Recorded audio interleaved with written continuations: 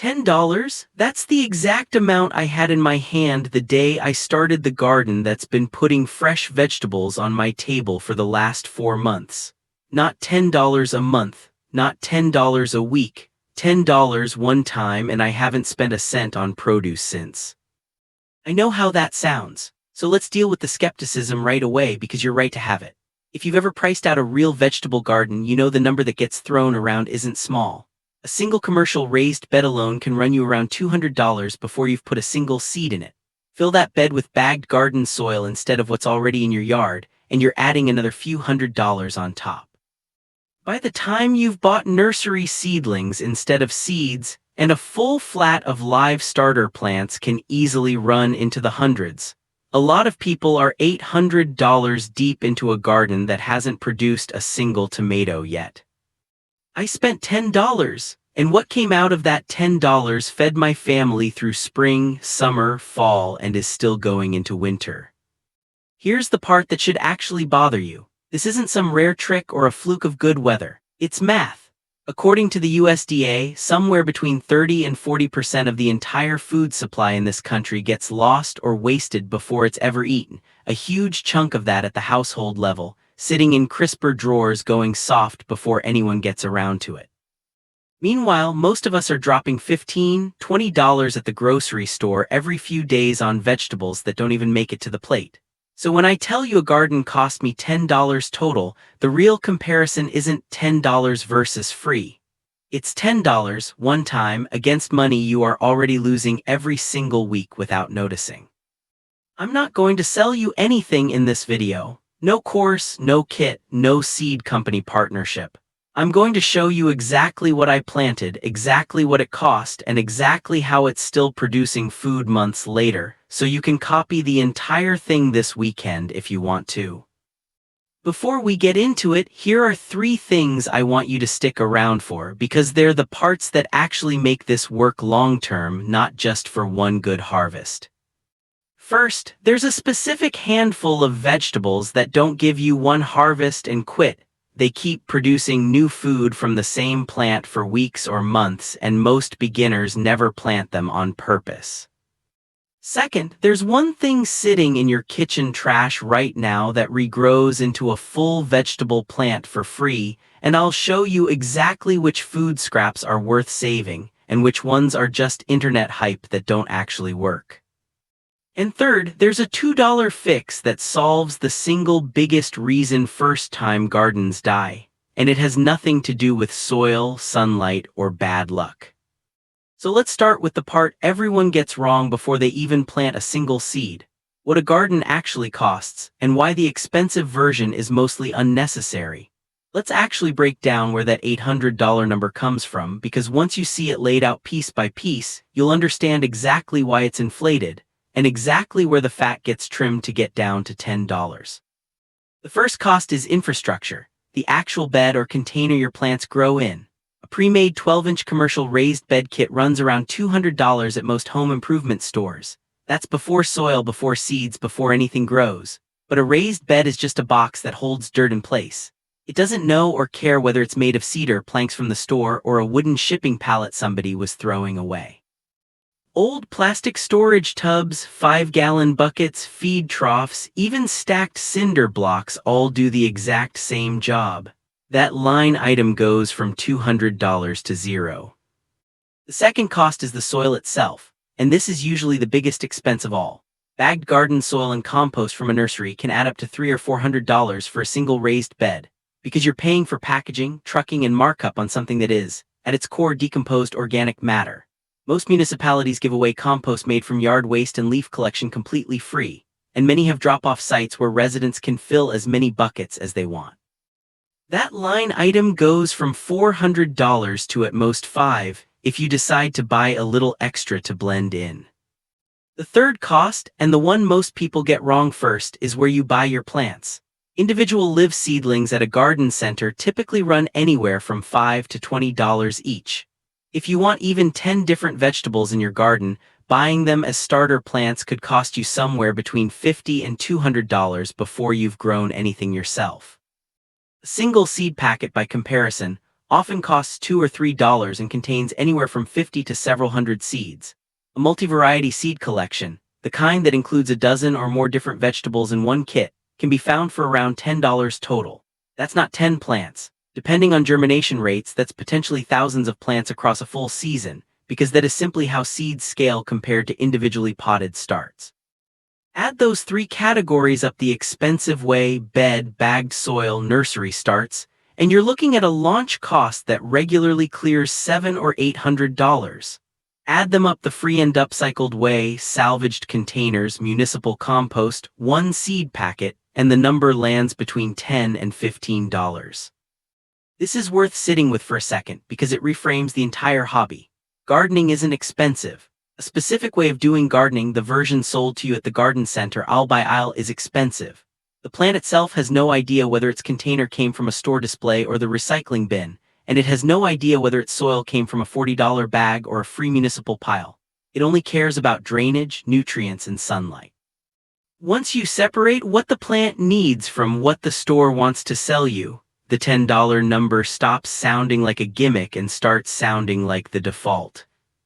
But spending $10 wisely only gets you started. It doesn't guarantee months of food. That part comes down to one decision almost nobody makes on purpose: which specific vegetables you put those $10 into. Here's the single biggest mistake first-time gardeners make, and it has nothing to do with soil or watering. They fill their $10 worth of space with crops that give exactly one harvest, and then they're finished. You pull a carrot, that spot is empty. You cut a single head of iceberg-style lettuce, that plant is done. If your whole garden is built out of one-and-done crops, you didn't build a food source, you built a single meal with extra steps. The plants that actually make this system worth doing are the ones that keep producing new edible growth from the same root system for weeks or months at a time. Growers usually sort vegetables into rough tiers: single harvest crops, short-run multiple harvest crops, and true continuous harvest crops. Nearly all of your long-term food security comes from that third tier, and thankfully, those are also some of the cheapest and easiest seeds to find. Start with loose-leaf greens: lettuce, spinach, arugula, Swiss chard, kale. With every one of these, you never harvest the whole plant at once. You cut or pluck the outer, more mature leaves and leave the central growing point untouched, and the plant simply keeps producing new leaves from the center. Garden data on this is pretty striking. A single 4x4 raised bed of loose-leaf lettuce, harvested this way with a few cuttings per planting, can realistically produce several pounds of lettuce per square foot across a growing season, from one initial packet of seed costing a couple of dollars. Arugula regrows even faster, often ready to cut again within a couple of weeks of the last harvest, which makes it one of the fastest return on $10 crops you can grow. Kale takes this even further into the season. Frost-hardy varieties like Tuscan Cavolo Nero or Siberian kale can be harvested by plucking individual leaves from the bottom of the plant upward for 2 months or longer, all from one seedling. And unlike almost every other vegetable, kale actually improves with cold exposure, which we'll get into later. Now move to the fruiting side of the garden: tomatoes, zucchini, beans. These aren't cut and come again, but they follow the same core principle: one plant harvested repeatedly over time instead of one plant harvested once. Indeterminate tomato varieties, meaning the vining kind, not the compact bush kind, keep setting new flower clusters and new fruit continuously from summer until the first frost. Yield estimates for well-grown indeterminate tomatoes commonly run 4 pounds or more per square foot of growing space across a season, which is a genuinely enormous return from a packet that might have cost $2. Zucchini is arguably the single most productive vegetable you can plant for the space it takes up. A healthy zucchini plant regularly produces 3 or more pounds per square foot, and the trick to keeping that pace going is picking the fruit small and often. Every time you cut a zucchini before it gets oversized, you're signaling the plant to put energy into producing the next one instead of maturing seeds inside the one you already picked. And climbing pole beans deserve a specific mention, because side-by-side comparisons consistently show pole beans outproducing bush beans grown in the same square footage, simply because they grow vertically instead of sprawling, meaning you get more pounds of food per square foot of actual ground used, using nothing more than a simple trellis made from string or salvaged branches. Put this all together and the pattern is obvious.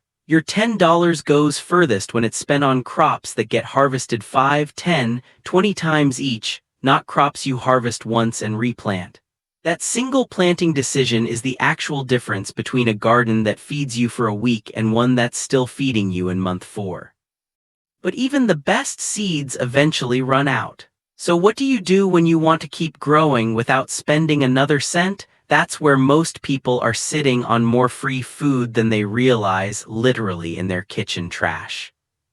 Before I go further, I want to be honest with you about something, because a lot of gardening content oversells this next part. There are dozens of viral videos showing people regrowing lemons, avocados, and apples from grocery store scraps in a few weeks, and most of that is misleading. Those specific fruits take years to mature if the seedling survives at all, and the payoff almost never matches the video. So let's separate what actually works from what's just satisfying to watch.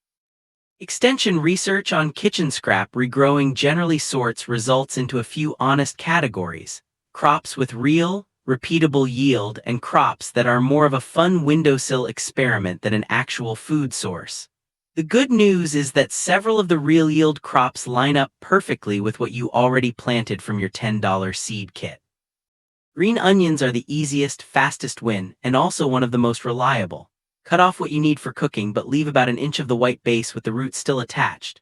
Set that base in a shallow glass of water on a sunny windowsill, and within about 5 days you'll see fresh green shoots pushing up from the center. You can harvest directly from the water for a few weeks, though moving the base into soil once it's rooted tends to produce sturdier, more productive regrowth. Leeks and the root ends of bulb onions work almost identically. Romaine lettuce and other loosehead lettuces work the same way.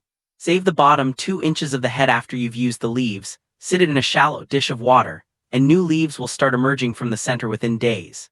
Realistically, you'll get 2 to 3 rounds of usable leaves from a single regrown base before the plant exhausts its stored energy, which isn't infinite, but it is completely free food from something that was headed for the compost bin anyway. Potatoes are, by a wide margin, the single best kitchen scrap crop for actual food output. If you've ever found a forgotten potato in the pantry with pale little sprouts pushing out of it, that's not spoiled, that's a starter plant waiting to happen. Cut the potato into pieces, making sure every piece has at least one visible eye. Then let the cut surfaces air dry for a couple of days until they form a dry, scabbed-over layer. That drying step matters. Planting a piece with a fresh, wet-cut surface makes it far more likely to rot in the soil before it ever sprouts. Once scabbed, plant each piece a few inches deep in loose, compost-rich soil, and a single healthy eye can realistically produce 5 to 8 new potatoes by the end of the season. Garlic works on a longer timeline, but with a genuinely excellent payoff. Hold back a single clove from a head you were about to cook with, plant it root side down in fall, and by the following summer that one clove will have grown into an entirely new full bulb. It's roughly an 8-month wait, but the entire cost is zero, and it's one of the few scraps that reliably reproduces the exact vegetable you started with. Sweet potatoes are the most dramatic regrowth of the bunch. Suspend a sweet potato half submerged in a jar of water, held in place with a few toothpicks, and over a couple of weeks it will sprout numerous small shoots called slips. Once those slips reach a few inches long, snap them off and root them in their own water or soil.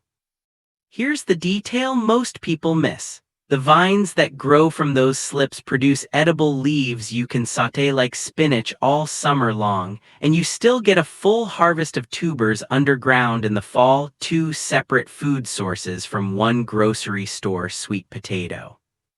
Ginger rounds this out.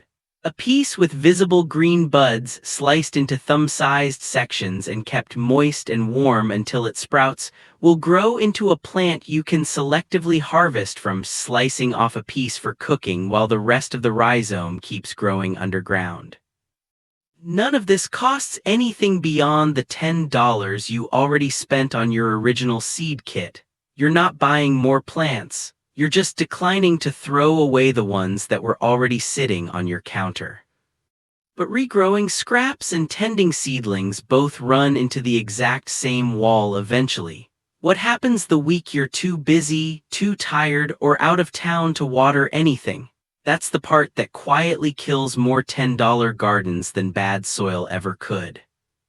If I had to name the single most common reason a first-time garden fails, it isn't the soil and it isn't the seeds.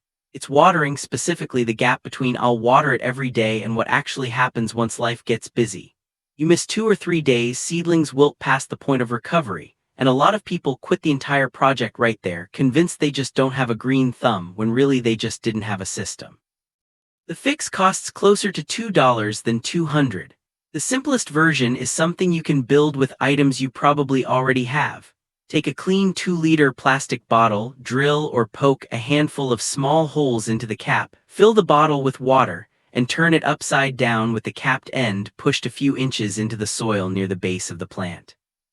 Water seeps out slowly through those small holes over a day or two instead of dumping all at once, giving your plant a steady trickle instead of a feast or famine cycle. It's specifically recommended by extension gardeners as a short-term fix for exactly the scenario that kills most beginner gardens, going away for a few days and coming back to find everything dried out. If you want to cover more plants at once, the next step up is a 5-gallon bucket gravity system. You run a length of basic tubing out through a small hole near the bottom of the bucket, elevate the bucket about 2 feet above your containers or beds, and let gravity do the work. Water drips slowly out of the tubing and into the soil for as long as the bucket has water in it. Complete beginner drip irrigation kits sold at hardware stores often run under $20 and can be set up in an afternoon with zero prior plumbing experience, and can cut water usage significantly compared to hand watering with a hose, since almost none of it is lost to evaporation or runoff. Once you've got some kind of slow, steady watering system in place, the next upgrade is precision, and this is where a cheap soil moisture meter earns its keep. Stick the probe a few inches into the soil near the root zone and it gives you a simple readout. Low numbers mean the soil is dry and needs water now, high numbers mean there's still plenty of moisture and you should hold off. It completely removes the guessing and poking your finger in the dirt method, which, if we're honest, is how most people either underwater or overwater without realizing it. This same principle matters even earlier, back at the very beginning, when you're starting seeds indoors in cups or trays. Overwatering at the seedling stage is actually more dangerous than underwatering, because seeds and tiny roots sitting in waterlogged soil are extremely prone to a fungal rot called damping off, which can wipe out an entire tray overnight. If you notice water pooling at the bottom of a starter cup, something as simple as a turkey baster lets you siphon off the excess in seconds, keeping the roots from sitting in a swamp. And while those seeds are germinating, covering the tray loosely with plastic wrap or a cheap plastic humidity dome traps moisture and warmth right at soil level, which noticeably speeds up germination. The difference between seeds that sprout in 5 or 6 days versus seeds that sit in cold, dry soil doing seemingly nothing for 2 weeks, discouraging a lot of beginners before the garden has even really started. Put all of this together, a gravity-fed drip system outdoors, a moisture meter to remove the guesswork, and a humidity dome during germination, and you've solved the actual reason most low-budget gardens die before they ever get a chance to prove themselves. So now you've got a garden that costs $10 to start, is planted with crops that keep producing for months, refills itself for free from kitchen scraps, and waters itself while you're at work or out of town. The only question left is what happens when the weather turns cold. Does the whole thing just end at the first frost, or is there a way to keep pulling fresh food out of it straight through winter? Most people assume the garden is finished the moment the first frost hits, pull everything, till it under, wait for spring. But some of the most valuable crops in this entire system are the ones that actually get better after a freeze, not worse. Kale is the clearest example, and it's genuinely counterintuitive the first time you see it. Certain frost-hardy varieties, like Siberian or Tuscan kale, can survive being buried under snow and still be harvested afterward. The reason isn't luck, it's plant chemistry. When temperatures drop toward freezing, the plant converts some of its stored starches into simple sugars, which act like a natural antifreeze inside the leaf cells, and also happen to make the leaves noticeably sweeter to eat. In other words, the exact same kale plant tastes better in December than it did in September, because the cold is doing free flavor work for you. Leaf celery, a lighter, less fussy relative of the stalk celery you'd find bagged at a grocery store, keeps producing usable stems and leaves well into late autumn with very little extra care. Swiss chard, parsley, and leeks all push through the season's first hard freezes too, which means that even after a frost warning has you assuming the season is over, there's often still a meaningful amount of fresh green food standing in the garden. But season extension is only half the winter picture. The other half is what you do with everything you've already harvested before the cold really sets in. And this is where a lot of home gardeners accidentally waste the very food they worked all season to grow, either by letting root vegetables go soft in a fridge crisper within a couple of weeks, or by assuming preservation requires expensive canning or freezing equipment they don't have. There are 3 low-cost storage environments that solve this, and each one is suited to a different kind of harvest. An unheated garage that stays just above freezing with a bit of ambient humidity is close to ideal for hardy root vegetables and apples, cold enough to dramatically slow spoilage, but not cold enough to freeze the produce solid and ruin the texture. Outdoors, a traditional storage clamp is a genuinely clever centuries-old method. You stack root vegetables like carrots, beets, and parsnips on a bed of straw, cover the pile with more straw, and then seal the whole mound with a layer of packed soil. That layered insulation keeps the interior just above freezing all winter, protecting the crop with zero electricity and zero equipment. And a cool, dry, dark basement room, different conditions from the damp garage, which is why keeping the 2 separate actually matters, is the right environment for cured winter squash, onions, garlic, and sweet potatoes, all of which tend to rot in high humidity rather than benefit from it. Put together, this is the actual mechanism behind the claim in the title of this video, Fresh Vegetables for Months. It was never about one uninterrupted growing season stretching improbably long. It's the combination of a handful of frost-hardy crops still producing directly in the ground, plus a smart, nearly free way of storing everything you already picked before the cold arrived. That combination is what turns a $10 spring investment into a kitchen that's still pulling homegrown food out of storage in the middle of January. So here's where the entire system comes together into one simple idea, and it's the only thing I really want you to remember from this whole video. If you take away one single thing from everything we just covered, don't let it be grow spinach or keep a green onion in a jar. Let it be this: the expensive version of gardening was never actually necessary. Not the $200 raised bed, not the $400 bagged soil, not the cart full of nursery starter plants. Every one of those had a free or nearly free substitute the entire time, sitting around you waiting to be used. Here's the whole system in one breath: $10 in seeds instead of hundreds of dollars in nursery seedlings, free municipal compost instead of bagged soil, crops chosen specifically because they keep producing for weeks or months instead of crops that give you one harvest and quit, kitchen scraps that regrow into full plants instead of going into the trash, a $2 drip system that waters everything while you're at work or out of town, and a handful of frost-hardy crops plus free winter storage that stretches the harvest all the way through the coldest months. That's the entire $10 garden, start to finish. You don't have to build all of this today, and honestly, you shouldn't try to. If there's one first step, make it this: take the next green onion you were about to throw away and instead put the root end in a small glass of water on your windowsill right now before you even finish watching this video. That's it. That's the whole first move, and it costs nothing.